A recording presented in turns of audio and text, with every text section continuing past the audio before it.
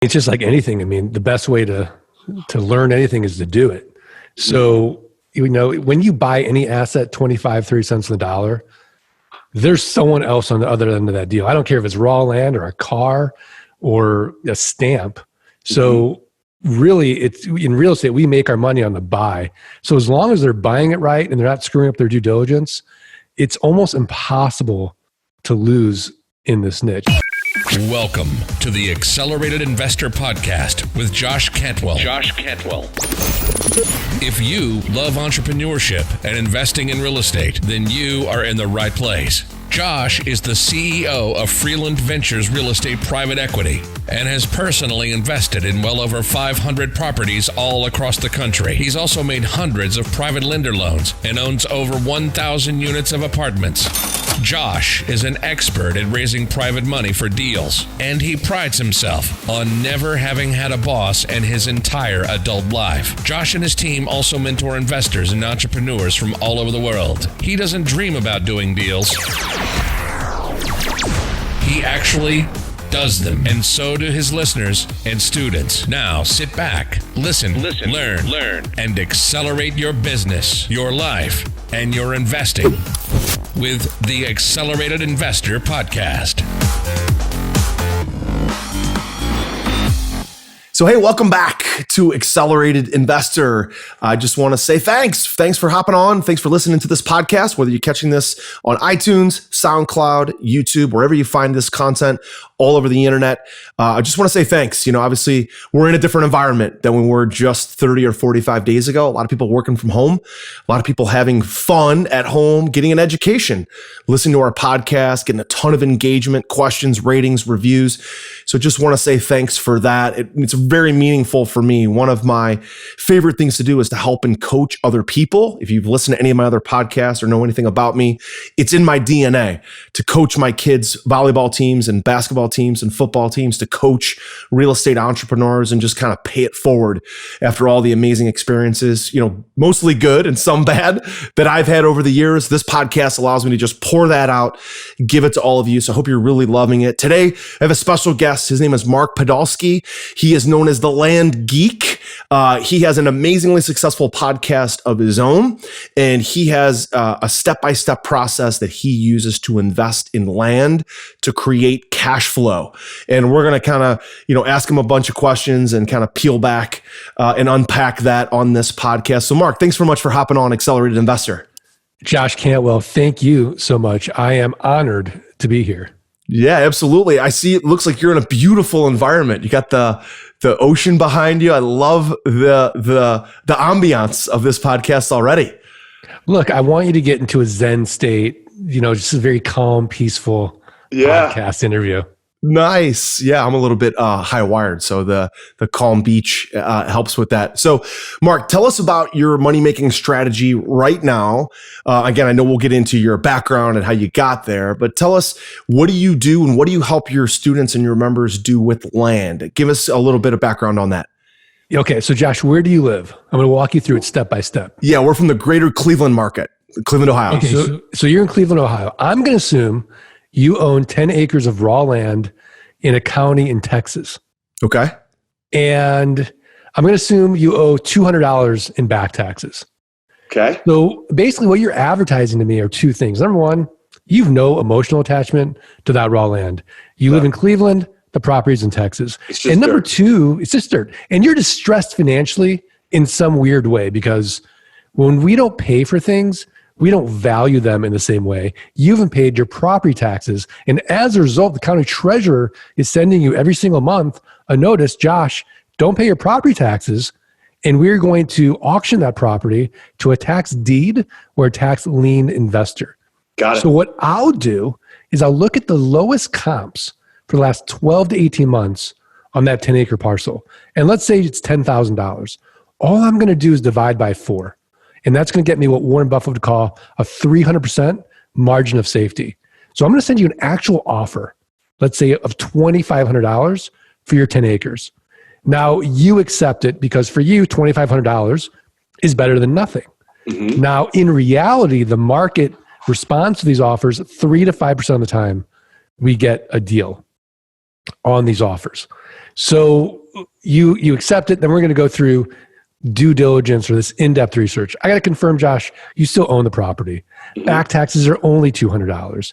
There's been no breaks in the chain of title. There's no liens or encumbrances. There's ingress and egress or legal access. There's something compelling about the property. So I go through this whole property checklist. We outsource it. If it's a $5,000 or less deal, we outsource it to the Philippines. They are connected to an American title company, and they get me everything I need. And at the same time that they're doing due diligence, they're creating my marketing package. They're getting the GIS maps, the plat maps, the aerial maps, the Google Earth maps, pictures, everything that a buyer is going to want to know. So let's assume everything checks out, and then I buy that property from you for $2,500. Now I'm going to sell this property for 30 days or less, and this is where the magic happens. So Josh, I have a built-in best buyer. Do you know who it is? I'd love to know. The neighbors. The neighbors. Yes. So I sent out neighbor letters saying, hey, here's your opportunity. Expand your holdings, protect your privacy, protect your views. Yeah. Pick up expand your hunting territory, whatever. Expand your hunting territory, whatever it is. So now oftentimes the neighbors will buy it. If they pass, I'll go to my buyer's list. If the buyer's list passes, I go to a little website you've probably never heard of called Craigslist. It's the 10th most trafficked website in the United States. I'll go to an even smaller one. You might have heard of this one. It's called Facebook. Buy sell group and marketplace. And then I'll go to the lands, landmodo.com, landandfarm.com, landflip.com, landsofamerica.com, landhub.com. There's all these lands. These are platforms where people buy and sell raw land. So what I'm going to do is I'm going to make it irresistible by the pricing. So I'm going to say, here's 10 acres. It's a $2,500 down payment. And then I'm going to make it a car payment. Let's say $249 a month. 9% interest for the next 84 months. So it's a seller financing the land for basically what you bought it for. Exactly. So I'm going to get my money out on the down. I might go 6 months out, and then I'm going to make it a car payment. And so now I've got this passive income of $249 a month, 9% interest, next 84 months. Josh, no renters, no rehabs, no renovations, no rodents. And because I'm not dealing with the tenants. Could be rodents on the land walking around like deers, squirrels. Yeah, but no one's ever called me at 3 a.m. and saying, Mark, there's a rodent on my land. It's not like you have a mouse or a squirrel in your attic. Yeah, no one. and so because we're not dealing with the tenant, we're exempt from Dodd-Frank, RESPA, and the SAFE Act. So the game that we play is, can we create enough of these land notes where our passive income exceeds our fixed expenses, and now we're working because we want to, not because we have to. Yeah, that's fantastic. Now, Mark, let's step back then and tell us how you got into this. Like, this is a unique little thing. I have a buddy of mine. We talked about this as we were getting ready for this podcast. My buddy of mine, his name is Jason. He's been invested in my fund before. I've known him since we were in grade school. Matter of fact, I met him on the basketball court. We got into a fight in 7th grade. He became one of my best friends and my college roommate years and years later. But he loves hunting land. He loves to hunt in Southern Ohio. And he's been flipping land, but he's been, I think, buying it for cash, the way I understand, and then just reselling it pretty quickly for like 2 or 3 or 5 times what he bought it for. What you're talking about is more of a business model of buying the land and then seller financing the land. So the first guy I'm going to send this podcast recording to is my friend Jason. So this could happen, like you said. What's the ideal location for the land? And then also give me a little bit about your backstory. Like, tell me how did you become sort of an expert in land? And you've done 5,500 deals, which is an amazing amount.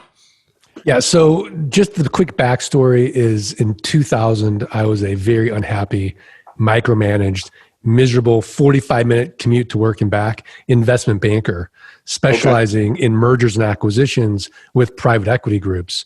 And Josh, it got so bad for me, I wouldn't get the Sunday blues anticipating Monday coming around. I'd get the Friday blues anticipating the weekend going by really fast. Yeah. And having to be back at work on Monday. So my firm hires this guy, and he's telling me that as a side hustle, he's going to these tax deed auctions. He's buying up raw land for pennies on the dollar. He's flipping them online, and he's making a 300% return on his investment. Nice. Companies all day long. And a great company has 15% EBITDA margins or free cash flow. Mm-hmm. The average company is at 10%. I'm looking at companies all day long, less than 10%. So I don't believe him. So I've got $3,000 saved up for car repairs. I go to New Mexico with him. I do exactly what he says to do. I buy out 10 half-acre parcels, an average price of $300 each. I flip them online, and they all sell for an average price of $1,200 each. It worked. Nice. I took all that money. I went to another auction where I live in Arizona. And again, it's 2000. There's no one in the room. I might have lots. I might have acreage. And over the next 6 months, I sold all that property, and I made over $90,000 cash. So nice. I go to my wife. I'm like, honey, I'm going to quit my job. I'm going to become a full-time land investor. She's pregnant. She's like, absolutely not. She loves that idea. No. She's like, no, you're not. So I said, okay. So it took me about 18 months for the land investing income to exceed the investment banking income. And then I quit. And I've been doing it full-time ever since. So to answer your question, which is, where do I buy this property? Yeah. Like, Josh, let's face it, right? Nobody wakes up and thinks to themselves, boy, I'd like some raw land in Minnesota today. Yeah. Southern Ohio, like Athens County, middle of nowhere, a couple hours from the next major thing. Like, who buys that stuff? No one, unless you live in those areas. But the places I target are going to be your sunshine states: Arizona, New Mexico, Nevada, Colorado, California, Oregon, Washington, Florida. These are fast-growing states. These are sunshine states. Texas. These are the places where people from New York, big cities, they want to go there. It's inexpensive. You got wide open spaces, and there's a plethora of raw land. In fact, the market is so big, Josh. You, me, 1 million people get in this niche. We're all going to run out of money before we run out of deal flow, because there's no big players. There's no hedge funds. Yeah. There's no private equity groups. It's a little cottage industry. And you have such an inefficient market, nobody knows what the value of the raw land is. In my newest real estate investing book, The Flip System, you'll learn the proven secrets and strategies that I've used to be a successful real estate investor. You'll also hear the story of my journey from quitting my job to doing over 2,000 units of apartments. The Flip System is now available for a limited time, and you can grab your free copy at getflipsystem.com/podcast. You'll learn the same proven principles and secrets and investing strategies that I used to quit my job and pursue a life of financial freedom. In this book, I'm sharing exactly how I was able to personally close over 750 profitable real estate deals, make over 400 private lender loans, raise over $30 million, and acquire over 2,000 units of cash flowing apartments. Get my newest book now for free at getflipsystem.com/podcast. That's getflipsystem.com/podcast.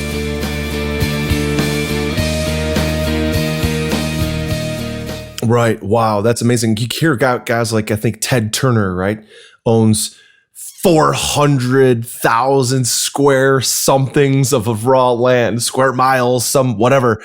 But you don't really think about your average investor saying, I can make a living. I can quit my job. I can become a real estate entrepreneur with land, until you figure out.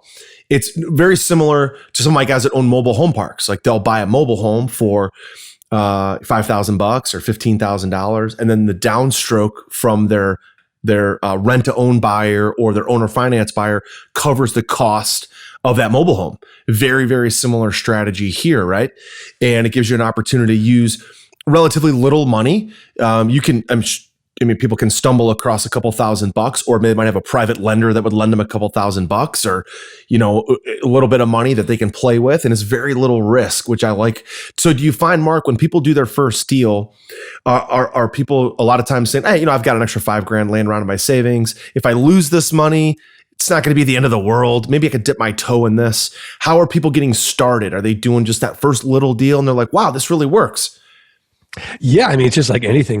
The best way to learn anything is to do it. So, when you buy any asset 25, 30 cents on the dollar, there's someone else on the other end of that deal. I don't care if it's raw land or a car or a stamp. So really, it's in real estate, we make our money on the buy. So as long as they're buying it right and they're not screwing up their due diligence, it's almost impossible to lose in this niche. In fact, In my early days, I bought a property on the side of a mountain in New Mexico, and I didn't realize it. Like I just screwed up my due diligence, and I paid $2,500 for this 40-acre parcel. And I'm like, oh no, what am I going to do? I'm going to eat this. So I put it on eBay at $1 minimum bid. The first day it got bid up to $5,000. By the 10th day, it was at $32,500, and I'm freaking out. And I'm like, oh my gosh, maybe they didn't read the ad right. Did I misrepresent? So the auction ends. I call the winning bidder. I'm like, you realize, 25 of these acres are inaccessible. It's on the side of a mountain. Yeah. He's like, yeah, it's perfect. He's like, I'm a film director in LA, and I want to go out there and film, and I don't want to deal with having to get permits. This is way less money, way less hassle than if I had to deal with the county. So there is a pig for every barn. Yeah. Yeah. Nice. So Mark, help me understand this. Like we talked a little bit about the step-by-step process, finding the deals. Like in these cases, the amount of money that you have to raise is not as much as obviously other deals. Like we just closed on a $20 million apartment deal last week. We raised $5 million and we syndicated that, and we raised those dollars in $100,000 increments. Some people put down $400,000, $500,000, $100,000, $1 million, blah, blah, blah, blah, blah. So the money for this is not, as intensive, but finding deals, like, I don't know the exact way that you find land that has, a past due property taxes or things like that. So start with there. Is this part of public record? Where do you go to get those kind of leads? Yeah. So we want to go to the county assessor. We want to get all the real property in that county, which is public record. Mm-hmm. And then what we're going to do is we're going to scrub that list. And we can do it by use code. Let's say VL for vacant land. Now we just have vacant land. We're going to do one more scrub or batch by APN number or assessor's parcel number or subdivision.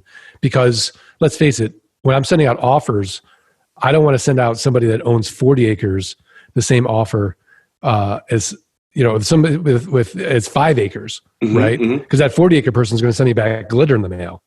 Mm-hmm. So that's really what we do. And we're just going to look at the comps per, size and APN, divide by 4, we price it. And as we get into the entrepreneurial side of the podcast, Josh, 90% of our business is automated with software, inexpensive virtual assistants, mm-hmm, and then software again on the back end. So we're automating 90% of this because the last thing we want is to create another job for ourselves. Yeah, right. So let's pivot to the entrepreneurial side of things. So when you get started with a new member, new student, somebody that's interested in your training, obviously you kind of begin with the end in mind. So help me understand, what does the end look like? If someone's a successful member, somebody who's a successful student is flipping land and they're using the software, what does that look like? Describe that to me. Some of your successful students or members, like what kind of software do they use? What kind of VAs are they using? How much time and effort are they putting into their business? How much resource and capital do they need? Yeah. So essentially, success is going to be defined by them. Some people want to replace their job income. Some people want to retire their spouse. Some people just want to pay mortgage money or vacation money. It just kind of depends on them and their stage of life. Mm-hmm. But essentially, we have our own proprietary software. It's called LG Pass, the Land Geek proprietary automated software system. Mm-hmm. And you just upload a list. We have an API with lob.com. It sends out the offers. You can give access to your virtual assistant. They can help you with the due diligence piece, the marketing piece. And then we automate what used to take me 20 minutes in paperwork. It's pressing a button. So the whole philosophy is we can always make more money, but we can't get more time. So anything that's going to save us time, we're going to do. And then each piece of the business, we help our clients outsource and delegate so that they're getting out of the business and can be CEO and they're not in the business. So everything from county research to getting the list, we're going to train an inexpensive virtual assistant. The intake manager, sellers will call and get the offer. And sometimes they want to yell at you and sometimes they don't understand the offer. And so we have the intake manager qualify that person first, that they're a real seller. And that's an inexpensive virtual assistant. Then it goes to our sales team who will close. And then we have posting virtual assistants that will post the ads on those various platforms. Mm-hmm. So we're getting out of that. And then as far as handling the leads, once you have volume, you can get yourself out of that in the sales piece. But I'd say in the beginning, the 2 pieces you want to outsource last are going to be county research and sales, because those are the things that really are going to make you the money. Then once you get to volume, you can outsource the entire piece of it. Then we have a software called geekpay.io, which Josh, you might be interested in. It's a set and forget it system that collects your down payment, and then it collects the monthly payment via ACH or check. But if that ACH bounces, it'll charge the credit card on file as a backup. So we took our default rate from 8% to 4% using this software. Yeah, that's phenomenal. I love the way that you've thought about this as a business owner, right? Not just flipping a piece of land 1-2 at a time. And that's probably through that software in the VAs why you've been able to do so many deals, almost 6,000 times you've done this, which is fantastic. Mark, so with all the success that you've had, what are some of the things that you think allow someone to be successful with this strategy? Like what does their mindset have to be like? What kind of motivation do they have to have? Do you find people who are broke, busted, and disgusted with other things or other real estate strategies that they failed at? Or maybe they have a successful job, they just want some extra income. Maybe they have a spouse or a partner who doesn't have a job and just wants something to do. But what are some of the characteristics you think of your most successful clients and how they've really taken this to a large scale? What do you see as common traits in them? Purpose. They've got a really, really big why. And for most of our clients, that why is I want to spend more time with my family, my friends. I want to move up Maslow's hierarchy of needs into self-actualization. But if I'm constantly hustling and working a job I hate that's soul-sucking, I'm not going to have the time to get there.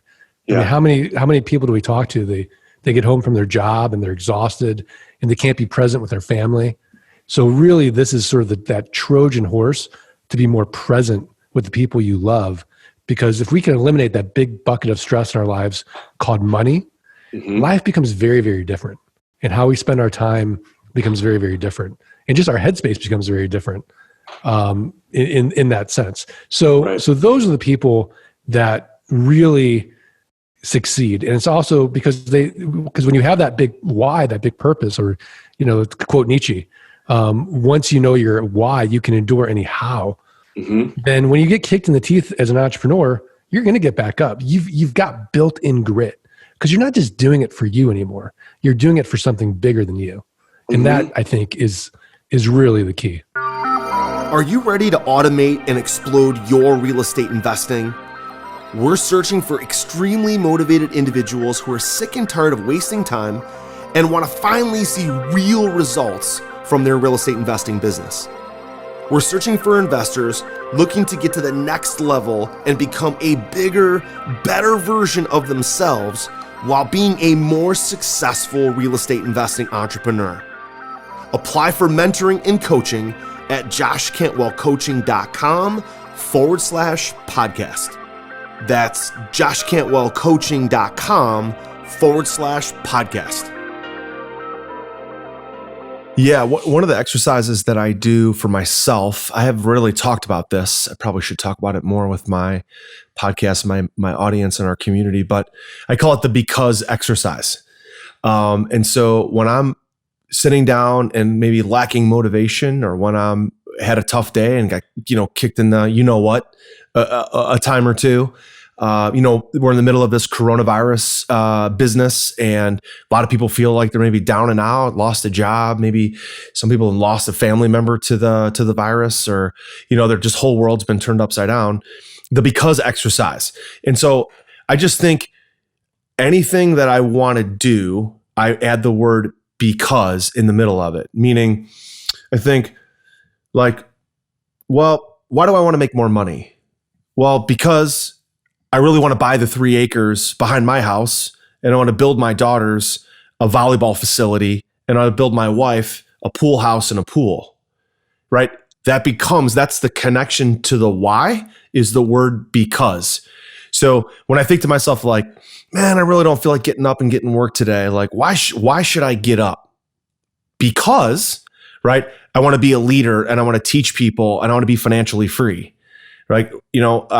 I don't really feel like working late tonight. I just got back from the office. I don't really feel like working on my land business, or I don't feel like working on my apartment business. I really probably should get downstairs and get busy in front of my computer or grab my computer, go to the coffee shop because, right, cash flow provides security, right? It's the because exercise. And so anytime I have an excuse of something that I don't want to do it, I say, well, I really should go do it because, and then that inserts whatever the answer is, the because answer becomes the why. And that immediately gives me motivation. So actually right behind this computer, this little camera, I have my because exercise sitting right there. And I'm looking at it as we're doing this. And I often think, like, why would you want to start a new business investing in land? Well, because maybe you want to, insert whatever, pay off all your debts. So you don't owe anybody anything, pay off your house, pay off your car. Why would I bother investing in land now? Well, maybe because you want to retire your parents, right? Insert the word because, then a real reason, and that will give you extra motivation when you have no motivation left. That's what I do, Mark. How about for you? What keeps you motivated going? Wow. Well, I feel like we should have an app, the Because app. I love that, Josh. For me, I mean, it's not as sort of, so clear to what you do, but I do something very similar. So I have what I call the Compass worksheet, which I fill out each week, which has my 3 big goals for the year, which is really the because. Mm-hmm. And then I have for the week, what are my tasks that I'd have to complete that will get me towards those goals? And so I love crossing out the task. Yeah. It was so good to get that done in honor of getting those goals accomplished. Mm-hmm. So that's kind of what I do, but I like that because better. Yeah. Cool, man. I should add that. Use it for sure. It works for me. So Mark, help me understand, like, as we kind of round third here and kind of head for home, I'm curious, as I think this land business through, as we're talking, this feels pretty insulated from this whole virus business, right? This whole coronavirus thing. So just talk to our audience a little bit, people who maybe are wondering, like, does this work in crazy economic times? Does this work in an expanding economy or a recession type economy? How has this been impacted by this virus business? To me, it seems like, if you're buying land that's 2-3 hours outside of a main city and you're buying it at a discount, you got a 3 to 5% success rate, firing off offers and selling them to the neighbors, and you don't have to walk through houses or open houses. It seems pretty insulated from recessions. And of course, it seems it probably could do better in an expanding economy because more people might be just looking to build their portfolio. But it also seems pretty recession proof. Talk to us about that. You're absolutely right. I mean, I have a little survivor's guilt because we're actually thriving now. Yeah. As opposed shame on you. Thriving in a down market. We're thriving in a down market. And I didn't, purposely think, okay, if we have a global pandemic, wouldn't it be great to have 100% virtual business? But we are 100% virtual. I mean, even my mailbox is virtual. Mm-hmm. So my team is virtual. We don't do anything physical. I can't tell you the last time I went out even to go see a piece of raw land. We don't meet with our customers. We don't meet with our sellers. There's nothing physical in the business. Yeah. So now I've been doing this full time since 2001. In 2010, I'd say 40% of my note income went away during the Great Recession. The company was still profitable though, because I'd got my money out on most of that note portfolio, but I had to figure out how to resell it over those next few years and get new, stronger buyers. And I got new monthly payments. It was just figuring out how to, figure out that new pricing. And so I've lived through that and I know how to, work through that. In fact, I even talk about it. I've got a book called Dirt Rich on Amazon. It kind of talks all about this story and this model in more detail. But just to be short on time, I made a lot of mistakes personally during that time, just having Parkinson's law of money. And the more I spent, the more I made. So 2010 was no fun for me personally, but the company was profitable. Mm-hmm. Now today we're growing. In fact, we sold 17 parcels last week. Because what we're finding is that people want this raw rural land because they want to bug out to it or they want to camp on it. They're kind of preparing now for a new world and they want this raw land. Also, when paper assets are so volatile, there's always a flight to investments that are hedged against inflation. Yeah. Gold, silver, raw land. Sure. So we're really getting a huge spike from that as well. That's phenomenal. So Mark, you've been through, you invested through the crash of 2008, 9, 10. You've been investing, you've been an entrepreneur now for nearly 20 years or more. This is kind of last question that I definitely want to hear, you tell our audience where they can hear about your book and your website and things like that. But what kind of advice, just entrepreneurial advice, kind of friend to friend advice, what would you tell the people who are listening who are kind of maybe wondering like, what is going to happen through this pandemic and, what's on the other side of this thing? You're pretty long in the tooth. You've been investing for a long time. What are some pieces of advice or words of encouragement, I guess, that you could give our audience who might be struggling, just either mentally or financially through this thing to help them see some light on the other end of the tunnel? Yeah. So I've been a long time meditator for many, many years. Oh, great. And when you start meditating, you start watching your thoughts. And in times like this, we emotionally can just go all over the place. But in reality, I always kind of remind myself, like, what problem do I have in this moment? Like right now, Josh, what problem do we have in this moment? And in the moment, we don't have a problem. So we're either ruminating about what future problems we could have, which isn't real, or, like I might end this podcast like, man, was I a jerk to Josh? Did he not like me? Again, not real, because that moment is already past. And now I'm ruminating about the past. So when we're in the present moment, completely absorbed in it, it's really joyful. And so I would say to everybody, like, this too shall pass, like everything else. Everything else is impermanent in our lives. Yeah. The only thing that does last is raw land. It's a generational asset. Yeah. Right. So other than that, I would say everything else is going to be impermanent and this too shall pass. And now is the time to position yourself to be more bulletproof economically in the future, whether it's, what I do or what you do, something that is going to provide that passive income piece for you. So you are protecting yourself and your family, your loved ones.